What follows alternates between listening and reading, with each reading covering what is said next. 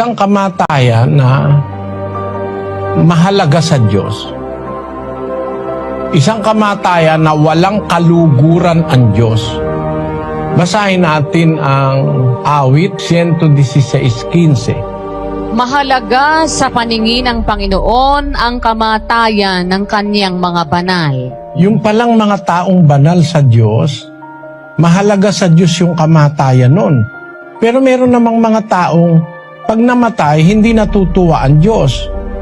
Basahin natin ang 33:11 ng Ezekiel. Sabihin mo sa kanila, buhay ako, sabi ng Panginoong Diyos. Wala akong kasayahan sa kamatayan ng masama, kundi Wala ang masama. wika akong kasayahan sa kamatayan ng masama. Pero pag matuwid ang namamatay, nasasayahan pa ang Diyos. Isang kamatayan na mahalaga sa Diyos. Isang kamatayan na walang kaluguran ang Diyos.